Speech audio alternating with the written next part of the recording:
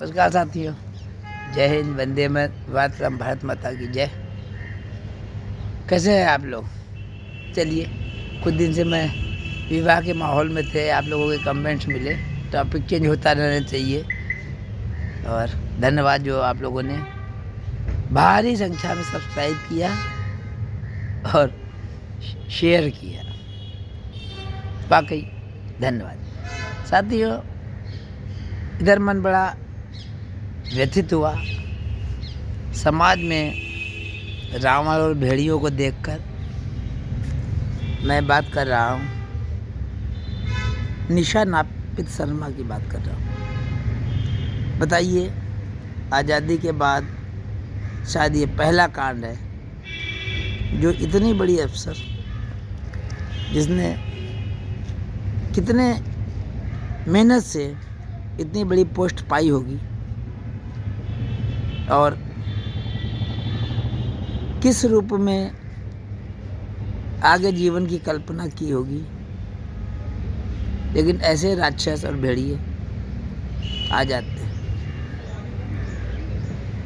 बताइए, अपने घर की बड़ी थी, संरक्षक थी और कितने का डॉक्यूमेंट्स का वेरिफिकेशन और सरकारी विभाग में इतने ऊंचे ओहदे पर एसडीएम के रूप में तैनात थी। चारों तरफ नीली बत्ती, ये सब गाड़ियाँ वाड़ियाँ रहती हैं, लेकिन कहीं ना कहीं आज जो है इस युग में जहाँ मैट्रिमोनियल इन सब चीज़ों को देखा जा रहा है कि बहुत हमारे जीवन को आसान बना रहे हैं, वहीं ना कहीं जीवन को कठिन भी बना रहे हैं। और भाई, अब निशा जी की बात की जाए, भाई सोच समझ के ही निर्णय लिया होगा। तो जहाँ से मतलब उसकी बहन से पूछा गया तो निशा नापित शर्मा की बहन ने बताया कि जल्दी में शादी की थी और हम लोग भी शामिल नहीं थे।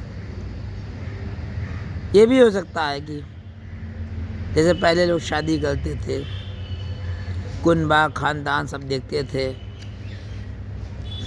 लेकिन आज क्या हो गया है, फेसबुक मैरिज और मैट्रिमोनियल जो साइटें हैं, ये आदमी क्या होता है और क्या दिखा देता है। मान लीजिए कि किसी के घर में तो BMW लेके चला गया गाड़ी, प्रभावित हो गया, पर फिर उसने ये नहीं देखा इसकी औकात क्या है, इसकी जड़ क्या है। आदमी भाग जो रहा है, कायदे से वेरिफिकेशन नहीं हो पाता इन चीज़ों का। निशा नापित शर्मा के केस में भी कुछ ऐसा हो सकता है। मैट्रिमोनियल की बात थी, और ऐसे जो नटवर लाल टाइप के लोग होते हैं, ये प्रभावित बहुत जल्दी कर लेते हैं। लच्छेदार बातें, बड़े बड़े सपने, यही कुछ तो ऐसा हुआ। अरे भाई, इतनी बड़ी अधिकारी थी निशा नापित शर्मा जी, और ये नटवर लाल, जो मनीष शर्मा, नटवर लाल कहिए, रावण कहिए, जो भी कहिए, कि उसका तो प्लान ही था। अब बताइए, एक शादी ये कर चुका था और ये उसके साथ दूसरी शादी थी। अब ये नटवर लाल नहीं तो क्या है, हिप्नोटाइज नहीं तो क्या। अब शायद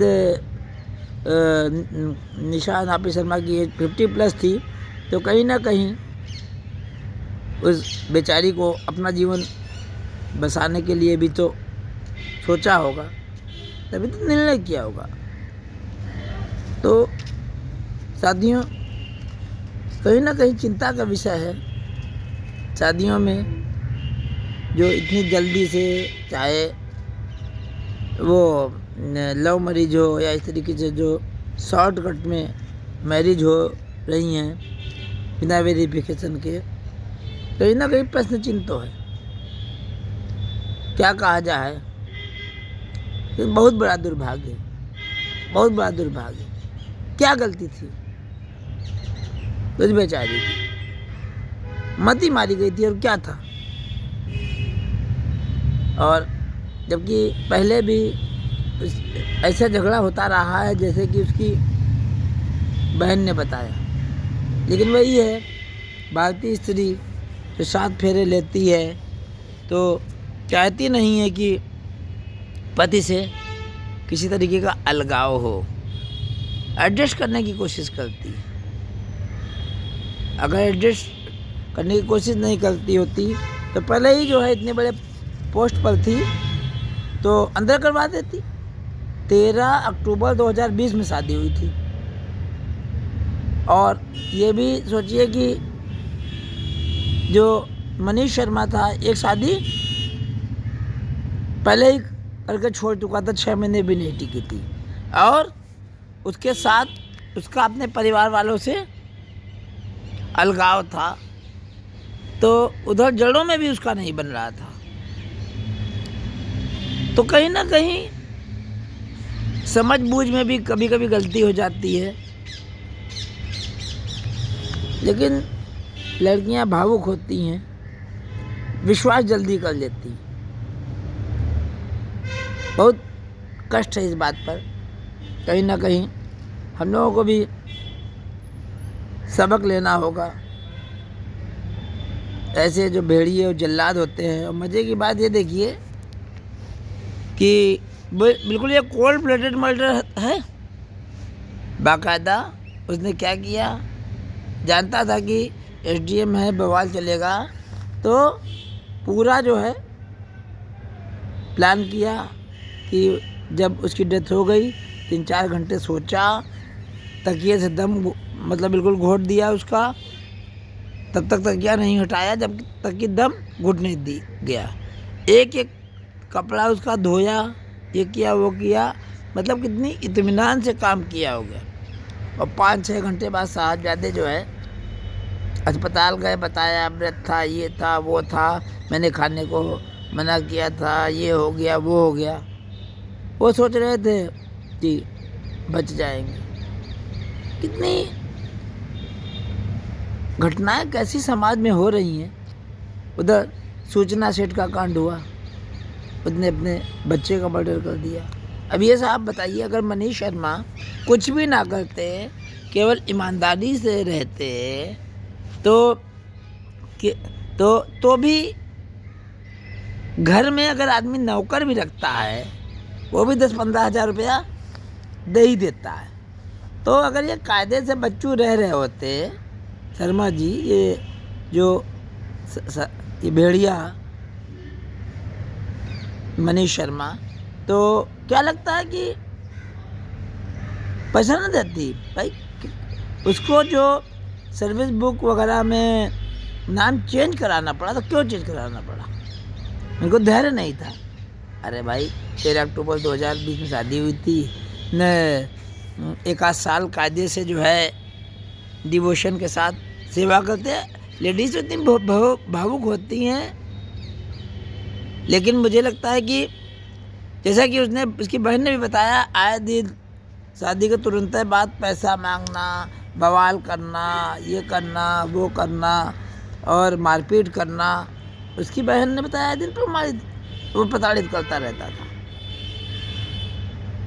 बहुत गंभीर बात है। आज़ादी के बाद शायद पहली ऐसी एसडीएम है जिसकी इतनी दुर्भाग्यपूर्ण तरह से मृत्यु। हम लोगों को भी कहीं ना कहीं सबक लेना होगा। शादी ब्याह के रिश्ते जो होते हैं एक दिन के नहीं होते हैं, बहुत समय के होते हैं। भले ही रिश्ता टूट जाए, लेकिन जल्दबाजी में लिया गया निर्णय, मैट्रिमोनियल वेबसाइट, पेपर, इन सब पर भरोसा तो करना चाहिए, लेकिन हाँ छानबीन में 6-8 महीने का समय ज़रूर लेना चाहिए। और जो भी आदमी दिखा रहा है, भौकाल दिखा रहा है, गाड़ी बंगला भौकाल, जल तक जरूर जाना चाहिए। लालची लोभी लोग किसी भी रूप में मिल सकते हैं। इस 7 फेरे का समय नहीं था, आदमी बहुत बड़ा दोगला हो गया है, आस्तीन का सांप हो गया। किसी से भी निशा नापी शर्मा शादी कर लेती, किसी गरीब से कर लेती, तो ये तो हाल ना होता। उधर एक ज्योति मौर्य कांड चल रहा है उसमें उसका वो हस्बैंड 4th क्लास में है, तो अलग कहानी चल रही है। तो साथियों, बड़ा कष्ट का समय है। समाज को, हमको, सभी लोगों को चिंतन करना चाहिए और इसे सबक लेते हुए कुछ ना कुछ अनुकरण करना चाहिए। भावना जी, संजीव जी, वो क्या कहते हैं, मनीष जी, सभी लोग जो है क्या कहते हैं कि आप लोग मेरा चैनल देखते हैं और हमेशा ही फॉरवर्ड भी करते हैं। बहुत बहुत धन्यवाद। मिलता हूँ।